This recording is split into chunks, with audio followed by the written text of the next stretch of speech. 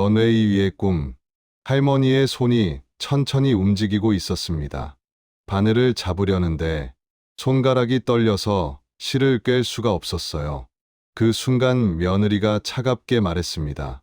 어머님, 이제 그만하세요. 76년을 살아온 인생. 한때 명동 최고의 디자이너였던 여자는 이제 며느리 집 구석방에서 눈치만 보는 노인이 됐습니다. 하지만 다락방 깊숙이 숨겨진 천장에 스케치는 말하고 있었어요. 이 여자의 꿈은 아직 끝나지 않았다고. 40년 전 빼앗긴 디자인, 20년간 쌓인 며느리와의 갈등, 그리고 빠르게 사라지는 기억. 과연 할머니는 다시 런웨이에 설 수 있을까요? 어쩌면 진짜 이야기는 지금부터 시작인지도 모릅니다. 이 영상을 시청하시는 아버님, 어머님께 말씀드려요. 어머님, 아버님의 가족에 대한 헌신과 희생이 없었다면 저희의 이런 풍요는 누릴 수 없었습니다. 한없이 존경하고 감사드립니다. 가족의 따뜻함을 전하는 영상으로 조그맣지만 즐거움을 드리도록 노력하겠습니다. 구독과 좋아요는 저에게 큰 힘이 됩니다. 감사합니다. 제1장 버려진 꿈. 어머님, 식사하세요. 며느리 수진의 목소리는 차갑고 기계적이었습니다. 응, 고맙다. 76세 김영미 할머니는 작은 목소리로 대답했어요. 2025년 3월 1일 토요일 아침, 인천 부평구의 낡은 다세대 빌라 2층. 할머니는 작은 방 구석에 놓인 낡은 이불 위에 앉아 아침 식사를 받았습니다. 대체 무슨 일이 있었던 걸까요? 모든 건 일주일 전부터 시작됐습니다. 인천 성모병원 신경과 진료실. 할머니와 수진이 의사 앞에 앉아 있었어요. 검사 결과 나왔습니다. 의사의 표정이 무거웠습니다. 알츠하이머형 치매입니다. 현재 중기 단계로 보이고 진행 속도가 빠른 편입니다. 최근 1년 사이 급격히 악화된 것 같아요. 수진의 얼굴이 굳었습니다. 할머니는 고개를 떨구고 아무 말도 하지 않았어요. 얼마나 더 괜찮으실까요? 의사가 잠시 망설이다 입을 열었습니다. 현재 상태라면 6개월에서 1년 안에 일상생활이 거의 불가능해질 겁니다. 요양시설을 알아보시는 게 좋겠습니다. 요양원이요? 네. 혼자 두시면 위험합니다. 불도 잘못 다루시고 길도 잃어버리시거든요. 수지는 한숨을 쉬었습니다. 5년 전 남편이 교통사고로 세상을 떠난 후 혼자 10세 딸 서윤이를 키우며 시어머니까지 모시는 게 버거웠어요. 요양원 비용도 만만치 않았지만 더 이상 감당할 자신이 없었습니다. 알겠습니다. 알아보겠습니다. 진료실을 나서는 할머니의 뒷모습이 유난히 작아 보였어요. 76년을 살아왔지만 이제 남은 시간은 얼마 없었습니다. 그날 저녁 수지는 요양원을 알아보기 위해 할머니 방을 정리하기 시작했습니다. 오래된 옷장, 낡은 서랍, 먼지 쌓인 상자들. 할머니의 짐은 생각보다 많지 않았어요. 다락방도 정리해야겠네. 수진이 다락방 사다리를 올라갔습니다. 먼지투성이 다락방. 오래된 박스들이 쌓여 있었어요. 그때 구석에서 커다란 가죽 가방이 눈에 들어왔습니다. 이게 뭐지? 가방을 열자 수진의 눈이 커졌어요. 가방 안에는 스케치북이 가득했습니다. 1권, 2권, 3권. 무려 20권이 넘는 스케치북. 펼쳐보니 페이지마다 정교한 옷 디자인이 빼곡하게 그려져 있었어요. 이게 다 뭐야? 수지는 한 장 한 장 넘기며 숨을 멈췄습니다. 1970년대 스타일부터 최신 트렌드까지 각 디자인마다 날짜와 메모가 적혀 있었어요. 그리고 마지막 스케치북 표지에는 이렇게 적혀 있었습니다. 2025년 봄 컬렉션. 김영미. 2025년 올해잖아. 수진이 그 스케치북을 펼쳤습니다. 놀랍게도 최신 트렌드를 반영한 세련된 디자인들이 가득했어요. 미니멀한 라인, 대담한 컬러 조합, 현대적인 실루엣. 76세 할머니가 그린 것이라고는 믿기지 않았습니다. 어머님이 이걸 그리셨다고? 수지는 다시 다른 스케치북들을 뒤적였습니다. 1975년, 1980년, 1985년. 50년이 넘는 시간 동안 할머니는 계속 디자인을 그려왔던 거예요. 그리고 한 스케치북 뒷면에서 낡은 신문 스크랩이 떨어졌습니다. 명동 최고 양장점 영미, 파산 위기. 디자인 도용 논란. 1985년 12월 기사였습니다. 사진 속엔 젊은 할머니가 양장점 앞에서 고개 숙인 모습이 보였어요. 기사를 읽어 내려가던 수진의 눈이 점점 커졌습니다. 어머님이 디자이너셨어. 수진은 지난 20년간 할머니가 그저 바느질이나 하는 평범한 노인인 줄만 알았습니다. 하지만 할머니에게는 이런 과거가 있었던 거예요. 할머니 방으로 내려갔습니다. 할머니는 창밖을 멍하니 바라보고 계셨어요. 어머님. 응. 할머니가 천천히 고개를 돌렸습니다. 이게 뭐예요? 수진이 스케치북을 보여줬습니다. 할머니가 스케치북을 보더니 눈빛이 잠깐 또렷해졌어요. 그거, 내가 그린 거, 어머님이 디자이너셨어요? 할머니가 잠시 침묵하더니 작은 목소리로 말했습니다. 옛날에는. 그리고는 다시 고개를 떨구었어요. 수지는 할머니 옆에 앉았습니다. 어머님, 저 이거 몰랐어요. 어머님이 이렇게 대단하신 분이신 줄. 대단하긴. 다 소용없어. 이제 다 끝났어. 할머니의 목소리에는 깊은 체념이 묻어 있었습니다. 수진의 가슴이 먹먹해졌어요. 20년간 할머니와 함께 살았지만 할머니에 대해 아무것도 몰랐던 겁니다. 그날 밤 수지는 인터넷을 검색하기 시작했습니다. 김영미, 영미 양장점, 명동. 그리고 오래된 기사들을 찾아냈어요. 1970년대 명동 최고의 맞춤복, 영미 양장점. 대통령 영부인도 찾는 명품 양장점. 디자인 도용 논란으로 파산. 김영미 씨 특허 소송 패소. 기사들을 읽으며 수지는 눈물을 닦았습니다. 할머니는 한때 최고였던 거예요. 하지만 대기업의 디자인을 빼앗기고 모든 걸 잃었습니다. 그리고 50년 동안 혼자 조용히 디자인을 그리며 살아왔던 거예요. 수지는 다시 2025년 봄 컬렉션 스케치북을 펼쳤습니다. 마지막 페이지에 작은 글씨가 적혀 있었어요. 언젠가 다시 런웨이에 서고 싶다. 내 디자인으로 사람들을 행복하게 만들고 싶다. 런웨이. 수진의 가슴이 쿵 하고 뛰었습니다. 수진은 패션 MD로 10년간 일하며 수많은 패션쇼를 봤어요. 그리고 최근 서울 패션위크에서 시니어 디자이너 특별 무대를 기획한다는 소식을 들었습니다. 혹시 수진이 휴대폰을 들어 검색했습니다. 2025 서울 패션위크 시니어 특별 무대 참가 연령만 60세 이상 접수 기간 3월 1일부터 31일까지. 오늘부터잖아. 수지는 스케치북을 꼭 껴안았습니다. 할머니는 평생 한 번도 런웨이에 서보지 못했어요. 하지만 이제라도 늦지 않았습니다.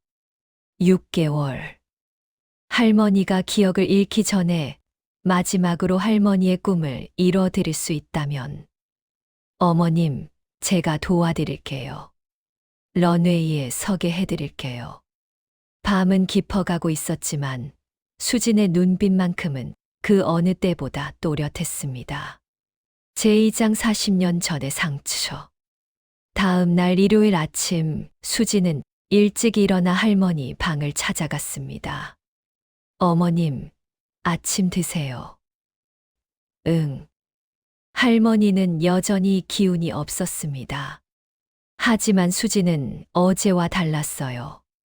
할머니를 바라보는 눈빛이 달라졌습니다. 어머님, 어제 그 스케치북 말인데요. 스케치북. 무슨. 할머니는 어제 일을 기억하지 못했습니다. 하지만 수진이 스케치북을 꺼내 보여주자 할머니의 손이 천천히 움직였어요. 아, 이거. 할머니의 손가락이 스케치를 따라 움직였습니다. 떨리는 손이었지만 선을 따라가는 동작은 정확했어요. 어머님, 이거 언제부터 그리셨어요? 할머니가 눈을 감았습니다. 잠시 침묵이 흘렀어요. 그리고 할머니의 입에서 희미한 목소리가 흘러나왔습니다. 아주 옛날부터, 어렸을 때부터. 1955년 서울 명동. 11세 소녀 영미는 어머니를 따라 양장점에 갔습니다. 전쟁이 끝난 지 얼마 안 된 시절. 가난한 집안이었지만 어머니는 영미에게 새 옷 하나를 만들어주고 싶었어요. 아가씨, 가만히 서 계세요. 양장점 아주머니가 줄자로 영미를 재기 시작했습니다. 영미는 그 모습을 신기하게 바라봤어요. 천이 옷이 되는 과정. 바늘과 실로 만들어지는 마법. 이거 제가 만들어도 돼요? 양장점 아주머니가 웃으며 말했어요. 공부 열심히 하면 되지. 근데 이거 쉬운 일 아니야. 하지만 영미는 그날부터 꿈을 꿨습니다. 나도 옷을 만드는 사람이 되고 싶다고. 집에 돌아와서는 어머니의 헌천으로 인형 옷을 만들기 시작했어요. 학교 공책 뒷면에는 옷 그림을 그렸습니다.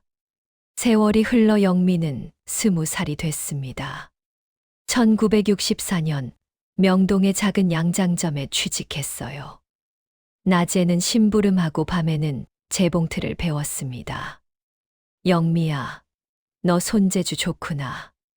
계속 배워봐. 사장님의 말에 영미는 열심히 배웠어요. 그리고 26세가 됐을 때 작은 가게 하나를 얻었습니다. 이름은 영미 양장점. 처음엔 손님이 많지 않았습니다. 하지만 영미가 만든 옷은 달랐어요. 한복의 우아함과 양장의 세련됨을 결합한 디자인. 입는 사람의 체형을 완벽하게 살리는 패턴. 소문이 퍼지기 시작했습니다. 영미 양장점 옷이 제일 예뻐. 영미 씨한테 맡기면 실수가 없어. 1975년 영미 양장점은 명동에서 가장 유명한 맞춤복 가게가 됐습니다. 대통령 영부인의 드레스도 제작했어요. 31세 영미는 명동 최고의 디자이너로 불렸습니다. 이 시절이 가장 행복했어요. 31세에 결혼도 했습니다. 남편은 성실한 회사원이었어요. 32세에 아들을 낳았습니다. 일과 육아를 병행하며 바쁘게 살았지만 영미는 행복했어요. 양장점은 계속 번창했고 직원도 5명으로 늘었습니다. 하지만 행복은 오래가지 못했습니다. 1985년 영미가 41세가 됐을 때였어요. 어느 날 단골 손님이 잡지 하나를 들고 왔습니다. 영미 씨, 이거 봐요. S백화점에서 나온 옷인데 영미 씨 디자인이랑 똑같아요. 영미가 잡지를 펼쳤습니다. 순간 숨이 멎었어요. 3년 전 영미가 디자인한 시그니처 재킷. 영미만의 독특한 칼라 라인과 단추 배치. 그게 그대로 대량 생산돼서 백화점에 걸려 있었습니다. 이게 어떻게? 영미는 즉시 S백화점을 찾아갔습니다. 하지만 돌아온 건 차가운 대답이었어요. 증거가 있으세요? 디자인은 누구나 비슷하게 나올 수 있어요. 영미는 변호사를 선임했습니다. 특허 소송을 시작했어요. 하지만 소송 비용은 감당할 수 없을 만큼 컸습니다. 양장점 운영비, 변호사 비용, 가족 생활비. 빚이 쌓여갔어요. 그리고 1년 후 패소 판결이 났습니다. 디자인의 유사성만으로는 도용을 입증할 수 없음. 영미는 법정 앞에서 주저앉아 울었습니다. 모든 재산을 쏟아부었지만 이긴 건 대기업이었어요. 양장점은 빚더미에 앉았고 결국 문을 닫아야 했습니다. 여보, 미안해. 내가 잘못했어. 영미가 남편에게 사과했습니다. 남편은 한숨만 쉬었어요. 이제 어떡하려고 그래? 집도 팔았습니다. 전세로 들어갔어요. 영미는 더 이상 디자인을 하지 않았습니다. 대신 작은 공장 격리로 취직했어요. 하루 10시간씩 일하며 빚을 갚았습니다. 그렇게 10년이 흘렀습니다. 빚은 다 갚았지만 영미의 꿈은 사라졌어요. 스케치북은 깊숙이 숨겨뒀습니다. 다시는 꺼내보지 않겠다고 다짐했죠. 하지만 손은 기억하고 있었습니다. 밤마다 꿈을 꿨어요. 런웨이를 걷는 모델들, 박수를 치는 관객들, 그리고 무대 위에 서 있는 자신의 모습. 2000년대 들어 아들이 결혼했습니다. 며느리 수진을 처음 만났을 때 영미는 반가웠어요. 수진도 패션 업계에서 일한다고 했으니까요. 어머님도 옷 만드셨다며요. 응. 옛날에. 조금. 영미는 자세히 말하지 않았습니다. 창피했어요. 자신은 실패한 사람이라고 생각했으니까요. 하지만 수지는 몰랐습니다. 시어머니가 한때 명동 최고의 디자이너였다는 것을, 대기업의 디자인을 빼앗긴 피해자였다는 것을. 그저 시어머니를 평범한 노인으로만 봤어요. 그리고 20년이 흘렀습니다. 아들은 교통사고로 세상을 떠났고 영미는 며느리 집에서 눈치를 보며 살게 됐습니다. 디자인은 더 이상 하지 않았어요. 하지만 밤마다 몰래 스케치를 그렸습니다. 2025년 봄 컬렉션. 언젠가, 혹시 모르니까. 어머님. 수진의 목소리에 할머니가 눈을 떴습니다. 볼을 타고 눈물이 흘러내리고 있었어요. 어머님. 우셨어요? 울었나? 내가. 할머니는 자신이 운 것도 몰랐습니다. 수진이 할머니의 손을 꼭 잡았어요. 어머님, 이번엔 꼭 이루세요. 제가 도와드릴게요. 런웨이요. 서울 패션위크의 시니어 특별 무대가 있어요. 거기 나가요, 우리. 할머니의 눈이 흔들렸습니다. 난 이젠 늙었는데 나이는 숫자일 뿐이에요. 어머님은 아직도 디자이너예요. 수진이 할머니의 손을 자신의 뺨에 갖다 댔습니다. 이 손으로 저희 가족 옷을 만들어 주셨잖아요. 이 손으로 꿈도 이루실 수 있어요. 하지만 난 이제 기억도 괜찮아요. 제가 어머님 기억이 되어 드릴게요. 그 순간 할머니의 입가에 희미한 미소가 번졌습니다. 40년 만에 처음 짓는 진짜 미소였어요. 제 세장, 마지막 도전. 하지만 수진의 결심은 쉽게 이뤄질 수 없었습니다.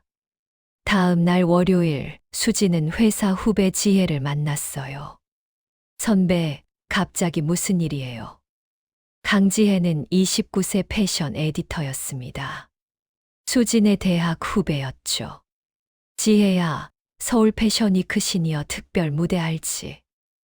네, 우리 잡지에서 커버하기로 했어요. 그런데요? 수진이 할머니의 스케치북을 꺼내 보여줬습니다. 지혜의 눈이 커졌어요.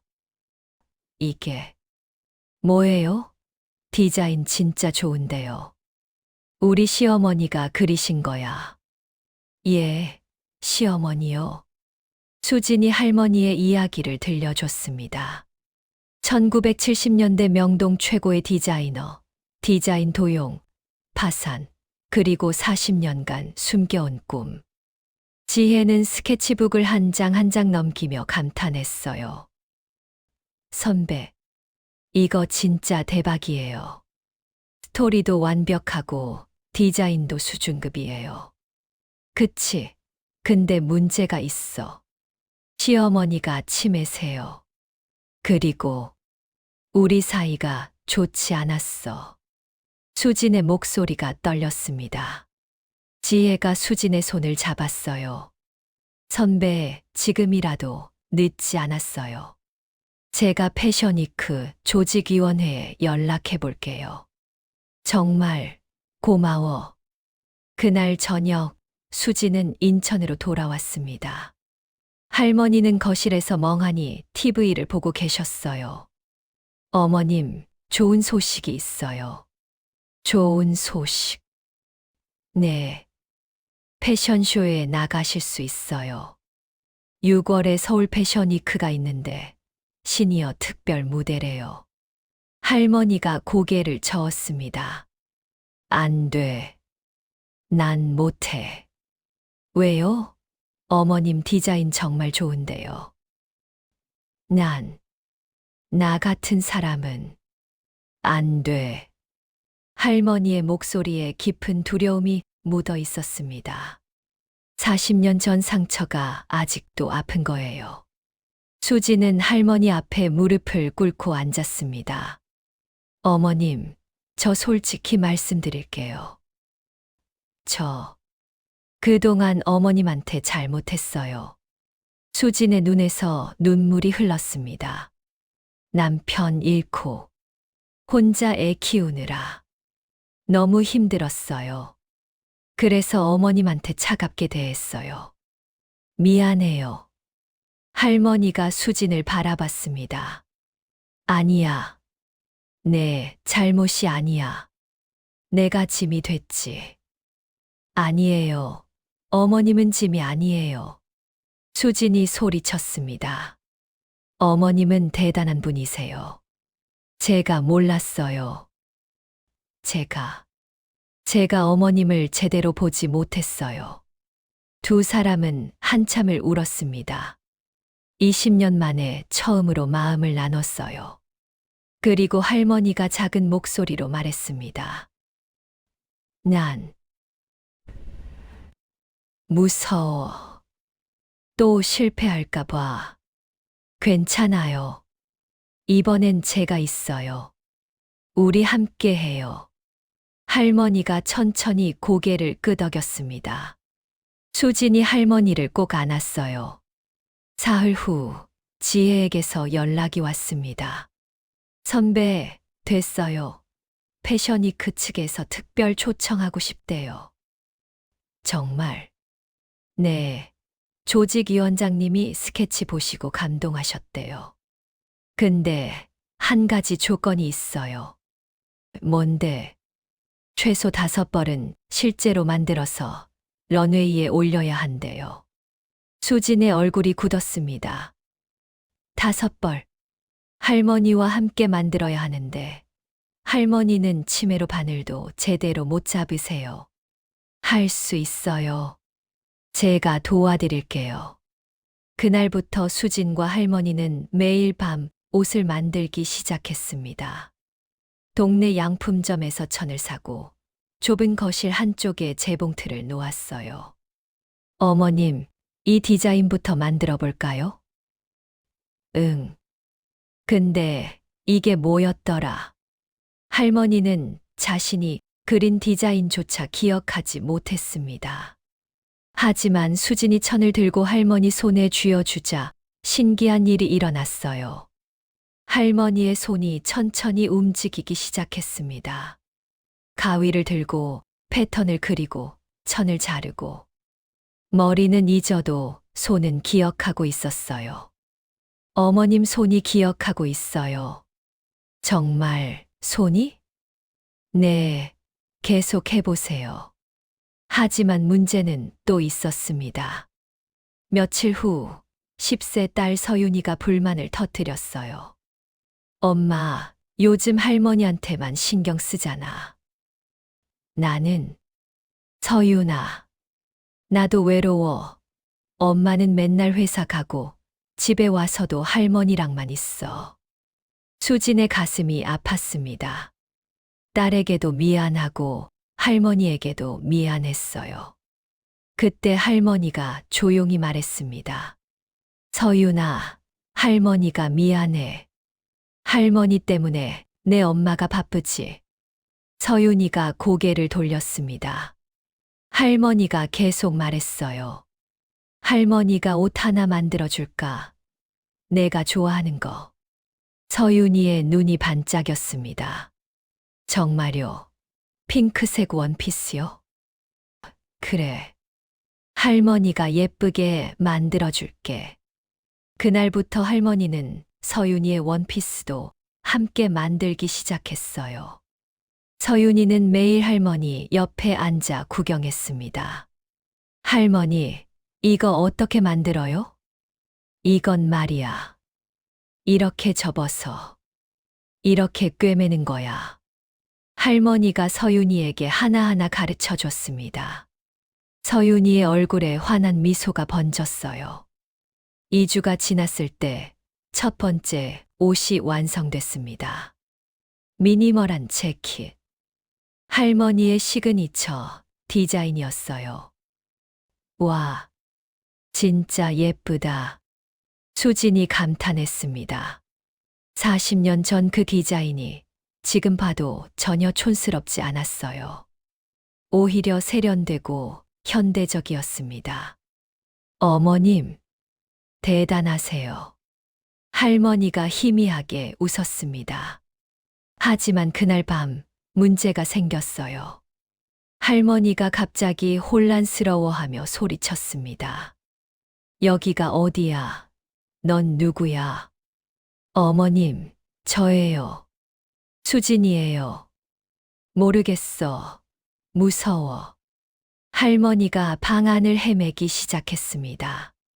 수진이 급히 할머니를 안았어요. 괜찮아요. 제가 여기 있어요. 안전해요.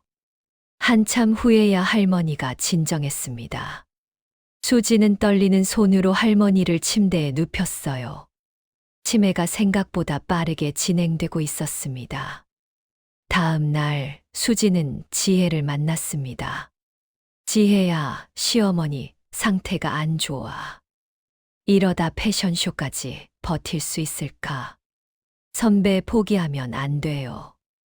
지금까지 온 거 생각해요. 알아. 근데 너무 무섭어.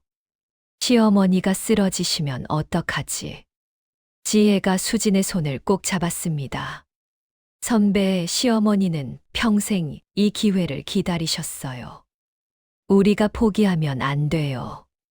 수진이 고개를 끄덕였습니다. 그리고 다시 집으로 돌아가 할머니와 함께 옷을 만들기 시작했어요. 한 달이 지났습니다. 5벌 중 3벌이 완성됐어요. 하지만 할머니의 상태는 날로 악화됐습니다. 어제 만든 옷을 오늘은 기억하지 못했어요. 어머님, 이거 어제 우리가 만든 거예요. 그래? 내가 만들었어. 네, 정말 예쁘죠? 할머니가 옷을 만지작거렸습니다. 그리고 눈물을 흘렸어요. 난 아무것도 기억이 안 나. 내가 뭘 하고 있는지도. 괜찮아요. 손이 기억하고 있잖아요. 수진이 할머니의 손을 잡고 천 위에 올려놨습니다. 그러자 할머니의 손이 다시 움직이기 시작했어요. 가위를 들고 천을 자르고 바느질하고 70년간 익힌 그 동작들을 손은 정확히 기억하고 있었습니다. 재내장, 사라지는 기억, 패션쇼까지 2개월. 옷 만들기는 계속됐지만 할머니의 치매는 더 빠르게 진행됐습니다. 어느 날 밤 할머니가 부엌에서 가스불을 켜놓고 잊어버렸어요. 어머님, 수진이 급히 뛰어가 가스불을 껐습니다. 할머니는 멍하니 서 있었어요. 뭘 하려고 했더라. 어머님, 가스불 켜놓으시면 안 돼요. 그랬어. 미안해. 할머니가 작아졌습니다. 수지는 한숨을 쉬었어요. 더 이상 할머니를 혼자 둘 수 없었습니다. 회사의 사정을 이야기하고 재택근무를 신청했습니다. 그리고 낮에는 집에서 일하며 할머니를 지켜봤어요. 밤에는 함께 옷을 만들었습니다. 하지만 할머니는 점점 더 혼란스러워했습니다. 어느 날 오후 할머니가 갑자기 외출복을 입기 시작했어요. 어머님, 어디 가세요? 양장점 가야지. 손님들이 기다려. 어머님, 양장점은 없어요. 30년 전에 문 닫았어요. 아니야, 손님들이 기다린다고. 할머니가 고집을 부렸습니다. 수지는 할머니를 진정시키느라 한참을 애썼어요. 그날 밤 수지는 혼자 울었습니다. 이렇게 해도 되는 걸까? 시어머니한테 너무 무리를 시키는 건 아닐까? 다음 날 지혜가 집에 찾아왔습니다. 선배, 어떻게 지내세요? 힘들어. 시어머니 상태가 너무 안 좋아. 이러다 패션쇼는커녕. 지혜가 거실을 둘러봤습니다. 완성된 옷세벌과 만들다 10,000이 놓여 있었어요. 그래도 많이 진척됐네요. 응. 근데 시어머니가 이제 뭘 하는지도 모르셔. 손만 움직이고 계셔. 그때 할머니가 방에서 나왔습니다. 누구세요? 할머니가 지혜를 처음 보는 사람처럼 대했어요. 지혜가 공손히 인사했습니다. 안녕하세요, 할머니. 저는 강지혜라고 해요. 패션 에디터예요. 패션. 네. 할머니, 디자인 정말 멋있어요. 꼭 많은 분들께 보여드리고 싶어요. 할머니가 멍하니 지혜를 바라봤습니다. 그리고 갑자기 눈물을 흘리기 시작했어요. 내 디자인. 누가 봐줄까? 물론이죠. 할머니는 천재 디자이너세요. 지혜의 말에 할머니가 희미하게 웃었습니다. 수지는 그 모습을 보며 다시 용기를 얻었어요. 그날 이후로 다시 열심히 옷을 만들기 시작했습니다. 밤 11시까지 재봉틀 돌리는 소리가 집 안을 채웠어요. 서윤이도 옆에서 거들었습니다. 할머니, 실 좀 끼워드릴게요. 고마워, 우리 서윤이. 가족이 하나가 되는 순간이었습니다. 하지만 문제는 또 생겼어요. 패션쇼까지 한 달 남았을 때 할머니가 완전히 멈춰버렸습니다. 어머님, 이거 어떻게 하는 거예요? 모르겠어. 이게 뭐지? 할머니가 천을 만지작거리다가 내려놨어요. 손이 더 이상 움직이지 않았습니다. 어머님, 수진이 놀라 할머니를 흔들었습니다. 하지만 할머니는 멍하니 허공을 바라볼 뿐이었어요. 난 모르겠어. 이게 뭔지. 치매가 더 깊어진 거예요. 이제 바느질조차 기억하지 못하게 됐습니다. 수지는 주저앉아 울었어요.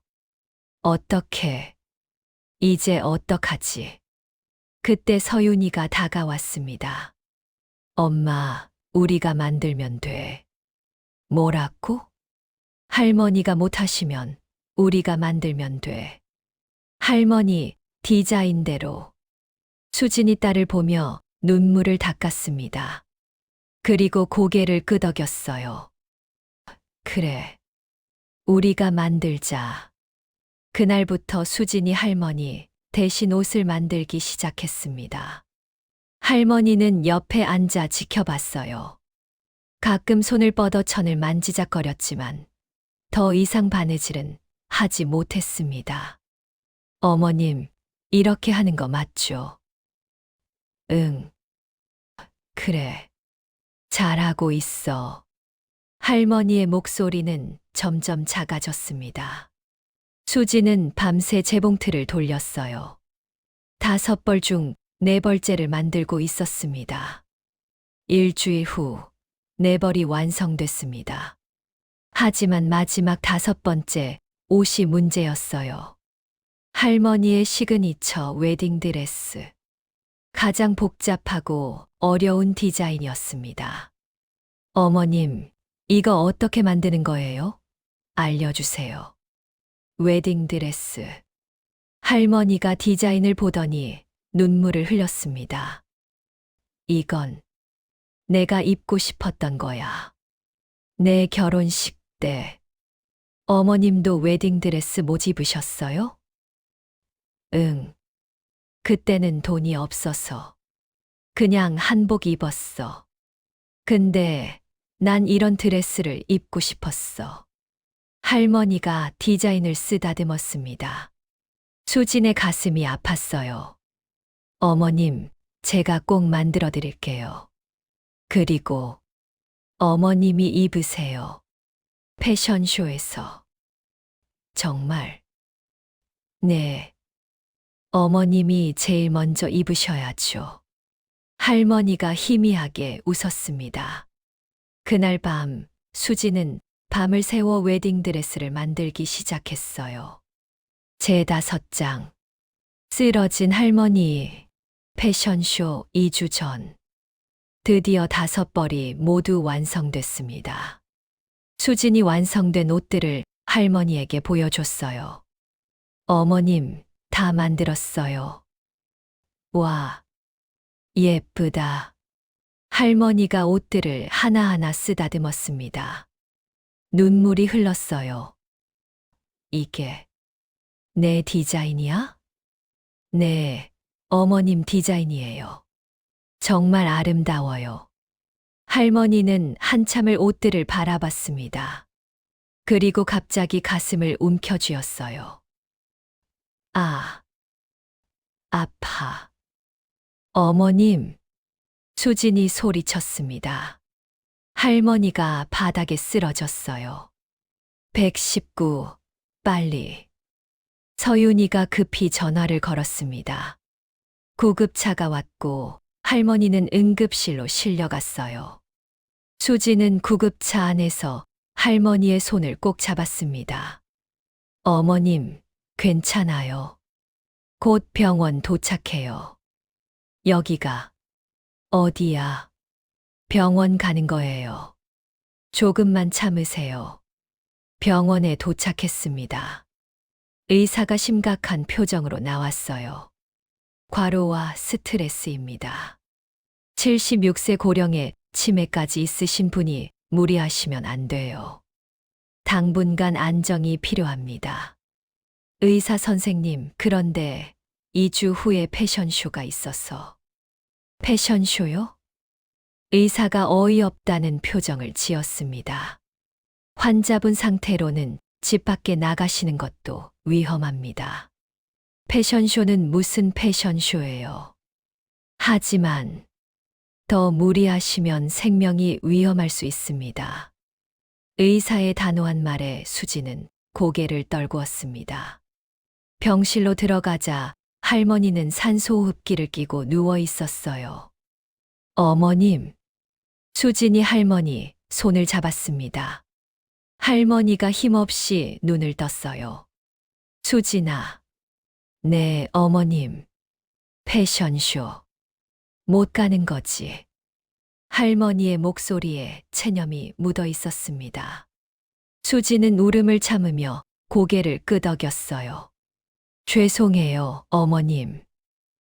제가 어머님을 무대에 못 세워드렸어요. 괜찮아. 넌 최선을 다했어. 할머니가 수진의 손을 꼭 잡았습니다. 고마워. 나한테 꿈을 다시 꾸게 해줘서.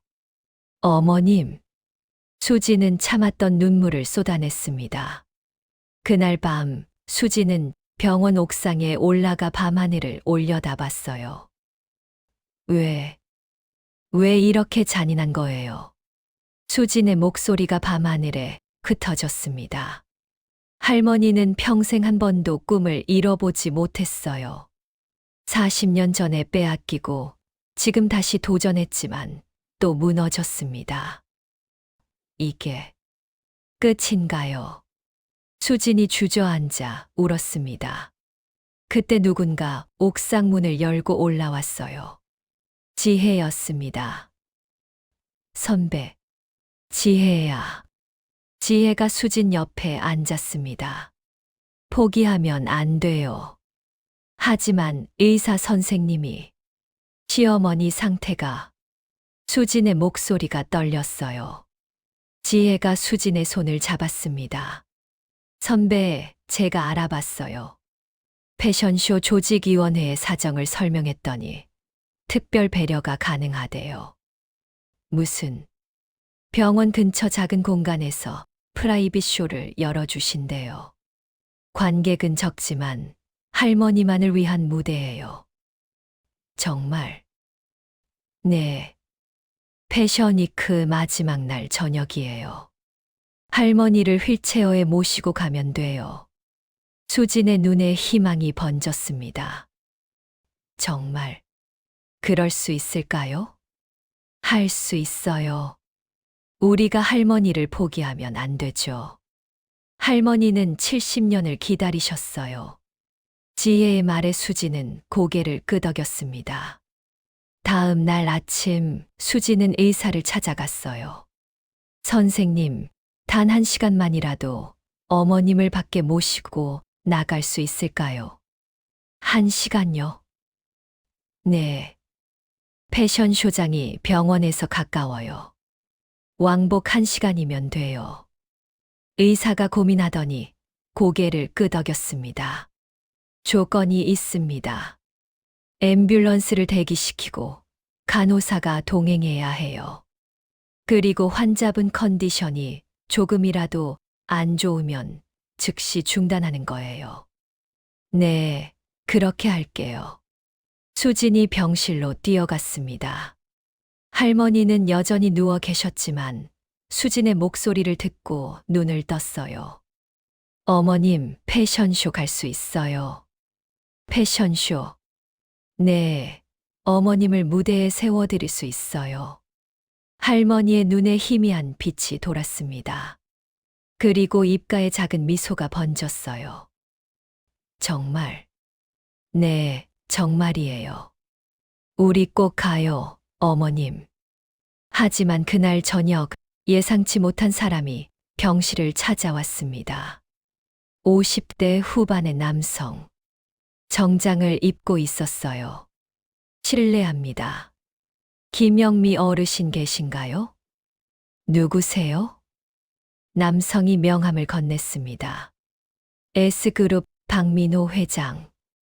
수진의 얼굴이 굳었어요. 당신이 S그룹. 네. 말씀드릴 게 있어서 왔습니다. 할머니가 박민호를 보더니 얼굴이 창백해졌습니다. 당신은 어르신 처음 뵙겠습니다. 저는 박민호입니다. 40년 전 저희 아버지가 어르신께 큰 잘못을 저질렀습니다. 박민호가 깊이 고개를 숙였습니다. 제6장 용서와 화해. 당신 아버지가 내 디자인을. 할머니의 목소리가 떨렸습니다. 박민호가 다시 고개를 숙였어요. 네. 아버지가 어르신의 디자인을 도용했습니다. 저는 그때 대학생이었는데 나중에야 알게 됐어요. 평생 죄책감에 살았습니다. 그런데 왜 지금 와서? 박민호가 천천히 입을 열었습니다. 아버지가 돌아가시기 전에 고백하셨어요. 김영미 씨한테 미안하다고. 제가 대신 사과드리라고. 수진이 나섰습니다. 그래서 뭘 어쩌자는 거예요? 40년이 지났는데 사과한다고 끝나요? 아닙니다. 저는 어르신의 패션쇼를 돕고 싶습니다. 박민호가 가방에서 서류를 꺼냈어요. 이건 40년 전 도용한 디자인에 대한 공식 인정서입니다. 그리고 패션쇼 모든 비용을 저희가 부담하겠습니다. 수진의 눈이 커졌습니다. 하지만 할머니가 고개를 저었어요. 싫어. 당신네 돈으로는 못해. 어르신. 난 당신네한테 받을 건 없어. 그냥 가줘. 할머니가 고개를 돌렸습니다. 박민호는 한참을 서 있다가 명함을 놓고 나갔어요. 병실에 침묵이 흘렀습니다. 수진이 조심스럽게 물었어요. 어머님, 괜찮으세요? 괜찮을 리가 있니? 40년 전 그 일이 아직도 악몽 같아. 할머니가 눈물을 흘렸습니다. 수진이 할머니를 꼭 안았어요. 어머님, 이해해요. 어머님이 얼마나 힘드셨을지. 그날 밤 수진은 잠을 이룰 수 없었습니다. 패션쇼 비용 문제가 심각했어요. 병원비에 옷 만드는 재료비까지 합치면 이미 통장이 바닥났습니다. 패션쇼 장소 대관료와 스태프 비용까지 생각하면 어떡하지? 수진이 한숨을 쉬었습니다. 그때 서윤이가 방에 들어왔어요. 엄마, 자. 아니, 못 자고 있어. 나도. 엄마, 우리 저금통 깨면 안 돼. 서윤아, 나도 할머니 패션쇼 보고 싶어. 내가 모은 돈 써도 돼. 10세 딸의 저금통엔 50만 원이 들어 있었습니다. 3년간 모은 용돈이었어요. 수진의 눈에서 눈물이 흘렀습니다. 고마워, 서윤아. 근데 엄마가 해결할게. 다음 날 수진은 결심했습니다. 자신의 적금을 모두 해지하고 회사의 퇴직금 선지급을 신청했어요. 모두 합쳐 2천만 원. 패션쇼를 하기엔 빠듯했지만 할 수 있었습니다. 그날 오후 지혜가 급히 연락을 했어요. 선배, 큰일 났어요. 왜? 무슨 일인데? S그룹에서 공식 보도자료를 냈어요. 40년 전 디자인 도용 사실을 인정하고 공개 사과했어요. 지금 난리 났어요. 뭐? 수진이 급히 인터넷을 켰습니다. 포털 메인 화면에 뉴스가 떠 있었어요. S그룹 40년 전 디자인 도용 공식 인정. 피해자 김영미 씨에게 사과. 기사를 읽어 내려가던 수진의 손이 떨렸습니다. 박민호 회장이 기자회견을 열어 모든 사실을 밝힌 거예요. 그리고 김영미 할머니의 패션쇼를 적극 지원하겠다고 발표했습니다. 수지는 병실로 뛰어갔습니다. 할머니는 TV 뉴스를 보고 있었어요. 40년 만에 밝혀진 진실. 명동의 전설 김영미 디자이너. 화면에 할머니의 젊은 시절 사진이 나왔습니다. 그리고 박민호 회장의 사과 인터뷰가 이어졌어요. 저희 아버지가 큰 잘못을 저질렀습니다. 김영미 어르신은 천재 디자이너셨습니다. 저희가 빼앗은 명예를 되찾아드리고 싶습니다. 할머니가 화면을 보며 눈물을 흘렸습니다. 수진이 할머니 손을 잡았어요. 어머님 명예가 회복됐어요. 40년이 걸렸네. 할머니의 목소리는 떨렸지만 처음으로 평화로워 보였습니다. 그날 저녁 박민호 회장이 다시 병실을 찾아왔습니다. 어르신, 다시 한번 진심으로 사과드립니다. 할머니가 박민호를 바라봤습니다. 한참을 침묵하던 할머니가 입을 열었어요. 당신 아버지, 많이 닮았네요. 예. 할머니가 천천히 말했습니다. 난 당신 아버지를 용서할 수 없어요. 하지만 당신은 다른 사람이에요. 어르신, 난 이제 얼마 못 살아요. 남은 시간 미워하며 살고 싶지 않아요. 할머니가 작은 미소를 지었습니다. 박민호가 깊이 고개를 숙였어요. 감사합니다, 어르신. 제가 패션쇼를 최고로 만들어드리겠습니다. 박민호가 나간 후 수진이 할머니를 안았습니다. 어머님, 대단하세요. 뭐가? 용서하시는 게요. 저라면 못했을 것 같아요. 할머니가 수진의 손을 꼭 잡았습니다. 수진아, 고마워. 내가 없었으면 난 아무것도 못했을 거야. 아니에요. 어머님이 대단하신 거예요. 두 사람은 한참을 그렇게 안고 있었습니다. 20년 만에 처음으로 진짜 가족이 된 순간이었어요. 며칠 후 할머니는 퇴원했습니다. 집으로 돌아오는 차 안에서 할머니가 말했어요. 수진아, 집에 가면 내가 입을 옷 좀 골라줘. 어머님 옷이요? 응. 패션쇼 때 입을 옷. 수진이 놀라 할머니를 봤습니다. 할머니가 희미하게 웃고 있었어요. 내가 무대에 서야지. 내 디자인이잖아. 어머님. 수진의 눈에서 눈물이 흘렀습니다. 집에 도착해 할머니와 함께 완성된 옷들을 펼쳐놨어요. 5벌의 아름다운 옷. 특히 웨딩드레스가 눈부셨습니다. 어머님, 이거 입으세요. 웨딩드레스. 네. 어머님이 평생 입고 싶어 하셨던 거잖아요. 할머니가 드레스를 쓰다듬었습니다. 난 이런 거 입을 자격이 있을까? 있어요. 어머님이 디자인하신 거잖아요. 수진이 할머니에게 드레스를 입혔습니다. 76세 할머니의 여윈 몸에 순백의 드레스가 걸쳤어요.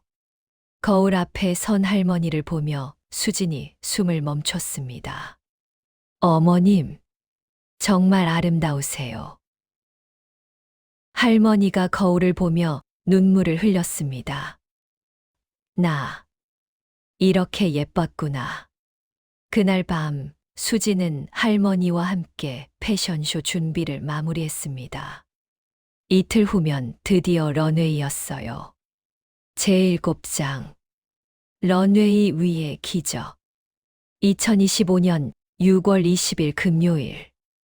드디어 패션쇼 당일이 밝았습니다. 아침 일찍 박민호 회장이 보낸 차가 집 앞에 도착했어요. 어머님, 준비되셨어요? 응. 떨린다. 할머니는 휠체어에 앉아 있었습니다. 수진이 할머니의 손을 잡았어요. 괜찮아요. 제가 옆에 있어요. 서윤이도 예쁘게 차려입고 함께 했습니다. 차는 천천히 서울로 향했어요. 1시간 후 강남구의 작은 갤러리에 도착했습니다. 박민호 회장이 특별히 준비한 공간이었어요. 어서 오세요, 어르신. 지혜가 반갑게 맞아줬습니다. 갤러리 안은 아름답게 꾸며져 있었어요. 작은 런웨이와 50석의 관객석. 조명이 환하게 비추고 있었습니다. 와, 진짜 멋있다. 수진이 감탄했습니다. 박민호 회장이 다가왔어요. 어르신, 어떠세요? 고마워요. 이렇게까지. 당연한 일입니다. 오늘 주인공은 어르신이세요. 관객들이 하나둘씩 들어오기 시작했습니다. 패션 에디터들, 디자이너들, 그리고 1970년대 영미 양장점 단골이었던 어르신들도 왔어요. 영미 씨, 정말 오랜만이네요. 70대 할머니 한 분이 달려와 손을 잡았습니다. 세월이 많이 흘렀네요. 그때 그 손님. 맞아요. 40년 전에 영미 씨한테 드레스 맞춰 입고 결혼했어요. 아직도 잊을 수가 없어요. 두 할머니는 눈물을 흘리며 포옹했습니다. 수지는 그 모습을 보며 가슴이 뭉클했어요. 드디어 패션쇼가 시작됐습니다. 조명이 어두워지고 음악이 흐르기 시작했어요. 지혜가 사회를 맡았습니다. 여러분, 오늘은 특별한 날입니다. 76세 김영미 디자이너의 첫 패션쇼입니다. 40년을 기다린 무대. 지금부터 시작하겠습니다. 관객석에서 박수가 터져 나왔습니다. 첫 번째 모델이 런웨이에 올랐어요. 할머니의 미니멀 재킷을 입고 당당히 걸어왔습니다. 와, 관객들이 감탄했습니다. 두 번째, 세 번째 모델이 차례로 등장했어요. 할머니의 디자인은 40년이 지났지만 전혀 촌스럽지 않았습니다. 오히려 시대를 앞서간 세련됨이 있었어요. 네 번째 모델까지 끝나고 마지막 차례가 왔습니다. 조명이 다시 어두워졌어요. 그리고 웨딩 마치 음악이 흐르기 시작했습니다. 무대 뒤에서 수진이 할머니를 휠체어에서 일으켜 세웠습니다. 어머님, 이제 나가세요. 난 무서워. 넘어질 것 같아. 괜찮아요. 제가 함께 갈게요. 수진이 할머니의 허리를 잡았습니다.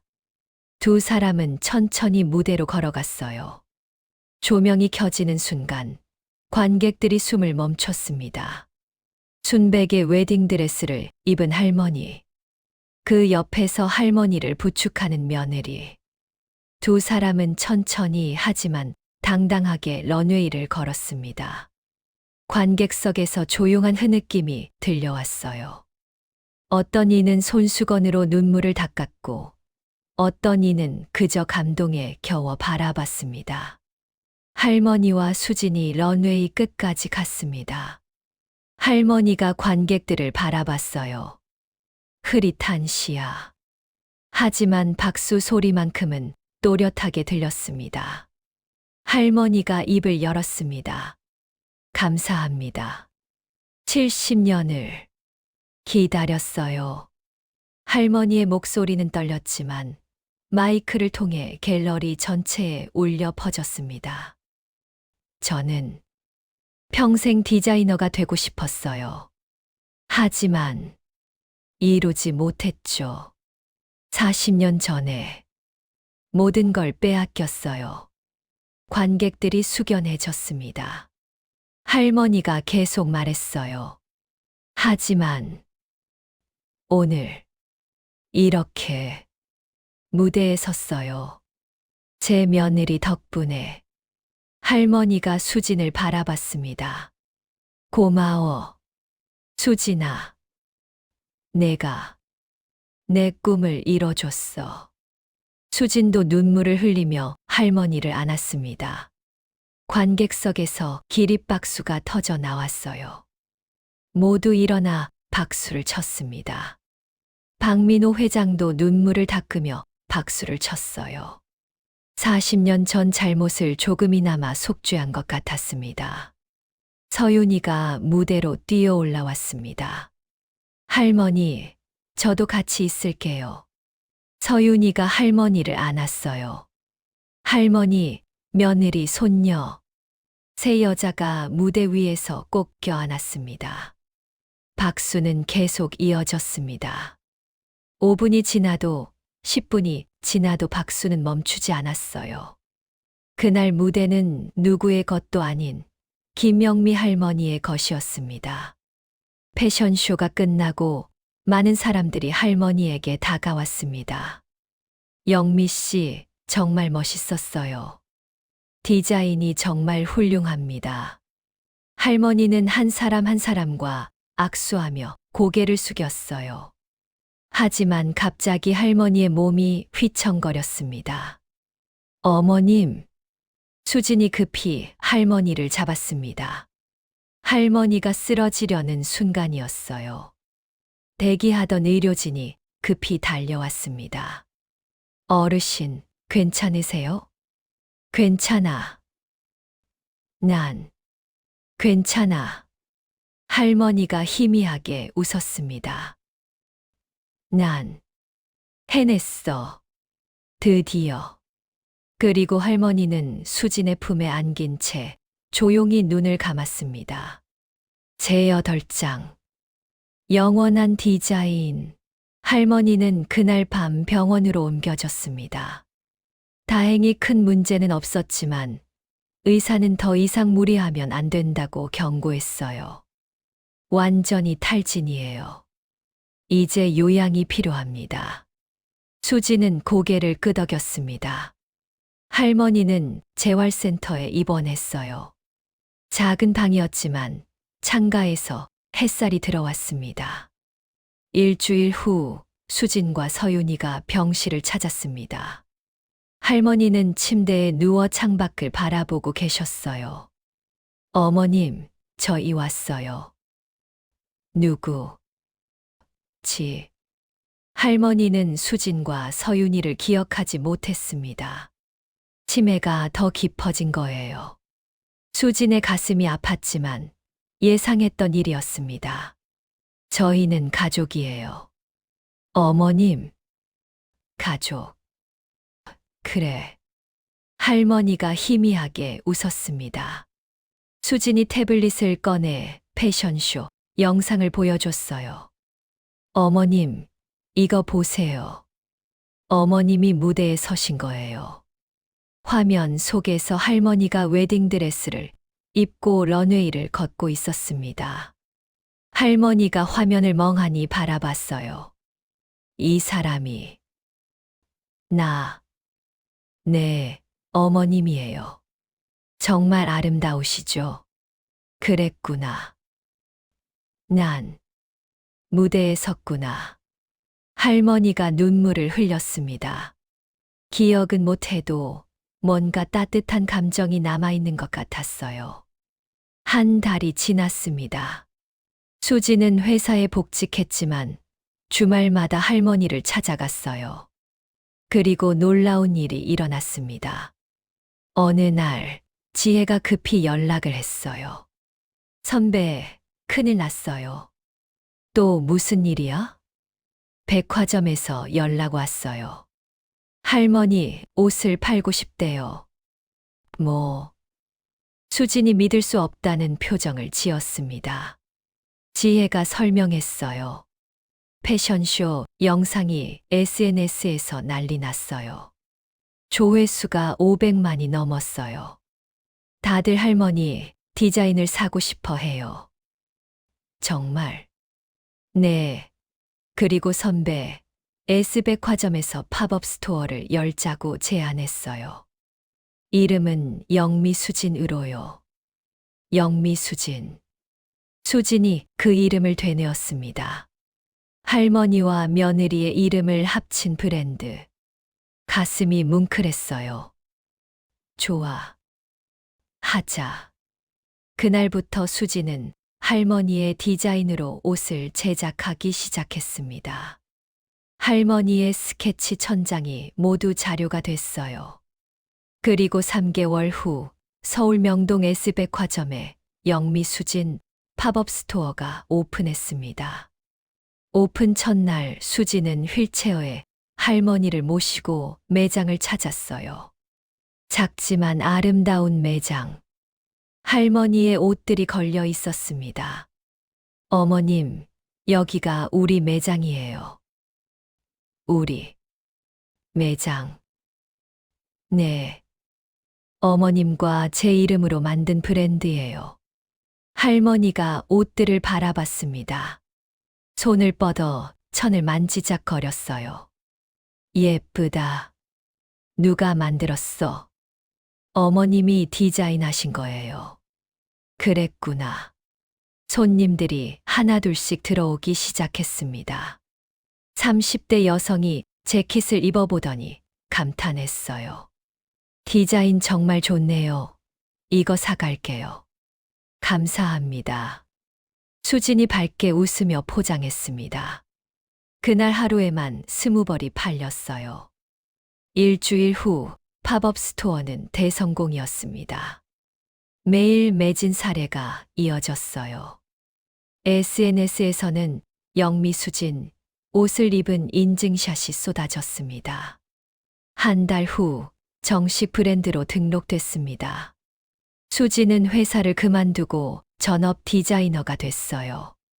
할머니의 디자인을 현대적으로 재해석해 매 시즌 컬렉션을 발표했습니다. 1년이 지났습니다. 영미수지는 이제 전국에 5개 매장을 가진 브랜드가 됐어요. 할머니의 이름이 패션계에 다시 빛나기 시작했습니다. 하지만 할머니의 상태는 더 악화됐습니다. 이제 말도 거의 하지 못하고 움직임도 거의 없었어요. 그저 침대에 누워 하루를 보냈습니다. 어느 가을날 수진과 서윤이가 할머니를 찾아갔습니다. 어머님, 좋은 소식이 있어요. 수진이 상장 하나를 꺼냈습니다. 어머님이 올해의 디자이너 상을 받으셨어요. 한국 패션협회에서 주는 거예요. 할머니는 반응이 없었습니다. 하지만 수지는 계속 말했어요. 그리고 다음 달에 명동에 플래그십 스토어를 열어요. 어머님 이름으로요. 김영미 하우스라고요. 할머니의 눈가에 눈물이 맺혔습니다. 말은 못해도 들리고 있는 것 같았어요. 서윤이가 할머니 손을 잡았습니다. 할머니, 저도 디자이너 될 거예요. 할머니처럼요. 서윤아. 수진이 딸을 보며 놀랐습니다. 서윤이가 환하게 웃었어요. 할머니가 멋있어서요. 저도 할머니처럼 꿈을 포기하지 않는 사람이 될 거예요. 할머니가 희미하게 웃었습니다. 그리고 천천히 눈을 감았어요. 그날 밤 할머니는 평화롭게 숨을 거두셨습니다. 77년의 삶. 70년을 꿈꾸고 1년을 도전하고 마지막 순간을 빛냈던 삶. 장례식장은 조용했습니다. 하지만 따뜻했어요. 많은 사람들이 찾아왔습니다. 패션쇼에서 만난 사람들, 영미양장점 단골이었던 어르신들, 그리고 영미수진 브랜드 고객들. 박민호 회장도 조문을 왔습니다. 어르신께서 제게 용서를 가르쳐 주셨습니다. 명복을 빕니다. 수진이 조사를 읽었습니다. 어머님은 평생 꿈을 포기하지 않으셨습니다. 40년 전 빼앗겼지만 76세에 다시 도전하셨습니다. 비록 늦었지만 어머님은 해내셨습니다. 어머님이 가르쳐 주신 것. 꿈은 나이가 없다는 것. 빼앗긴 것도 다시 찾을 수 있다는 것. 진짜 가족은 피가 아니라 이해에서 시작된다는 것. 그 가르침을 평생 잊지 않겠습니다. 수진의 목소리는 끝까지 떨렸습니다. 장례를 치르고 한 달 후 명동에 김영미 하우스가 오픈했습니다. 3층 건물 전체를 사용하는 플래그십 스토어. 1층은 매장, 2층은 할머니의 디자인 전시관, 3층은 교육 공간이었어요. 오픈식 날 수지는 할머니 영정 사진을 2층 전시관 중앙에 걸었습니다. 웨딩드레스를 입고 런웨이를 걷는 할머니의 사진. 그 아래 이렇게 적었습니다. 김영미 1949-2025. 꿈을 포기하지 않았던 디자이너. 많은 사람들이 전시관을 찾았습니다. 할머니의 스케치와 옷들을 보며 감동했어요. 어느 날 80세 할머니 한 분이 전시관을 찾았습니다. 저도 젊었을 때 디자이너가 되고 싶었어요. 근데 포기했죠. 수진이 그 할머니의 손을 잡았습니다. 아직 늦지 않으셨어요. 저희 3층에서 시니어 패션 교실을 운영해요. 오세요. 정말요? 네. 우리 어머니가 원하셨던 거예요. 꿈을 포기한 사람들에게 다시 기회를 주는 것. 할머니가 눈물을 흘리며 고개를 끄덕였습니다. 3년이 지났습니다. 영미 수지는 이제 해외에도 진출했어요. 뉴욕, 파리, 도쿄에 매장이 생겼습니다. 그리고 매년 6월 22일 할머니가 무대에 선 그날을 기념해 김영미 시니어 패션쇼가 열렸어요. 서윤이는 15세가 됐습니다. 패션 디자인을 배우며 할머니의 뒤를 따르고 있었어요. 어느 날 저녁 수진과 서윤이는 할머니 산소를 찾아갔습니다. 묘비에는 이렇게 적혀 있었어요. 김영미 1949-2025 빼앗긴 꿈을 되찾은 디자이너. 두 사람은 묘비 앞에 앉아 영미 수진 최신 컬렉션 사진을 놓았습니다. 어머님, 이번 시즌도 대박이에요. 모두 어머님 디자인 덕분이에요. 수진이 말했습니다. 할머니, 저도 디자이너 됐어요. 할머니처럼 멋진 디자이너가 될게요. 서윤이가 덧붙였습니다. 바람이 불어왔어요. 그리고 어디선가 은은한 첫 냄새가 났습니다. 어머님. 두 사람은 동시에 중얼거렸습니다. 그리고 미소 지었어요. 할머니는 떠났지만 할머니의 디자인은 남아 있었습니다. 천처럼 따뜻하고 아름답고 오래도록 사람들을 감싸주는. 그날 밤 하늘에는 별이 유난히 많았습니다. 그 중 하나가 유난히 밝게 빛나고 있었어요. 마치 할머니가 런웨이를 걷는 것처럼. 빼앗긴 꿈도 다시 찾을 수 있습니다. 진짜 가족은 피가 아니라 이해에서 시작됩니다. 늦었다고 생각할 때가 가장 빠를 때입니다. 76세 할머니가 1년 동안 보여준 용기는 이렇게 세상을 바꾸고 있었습니다. 한 벌의 옷처럼 한 사람씩 따뜻하게.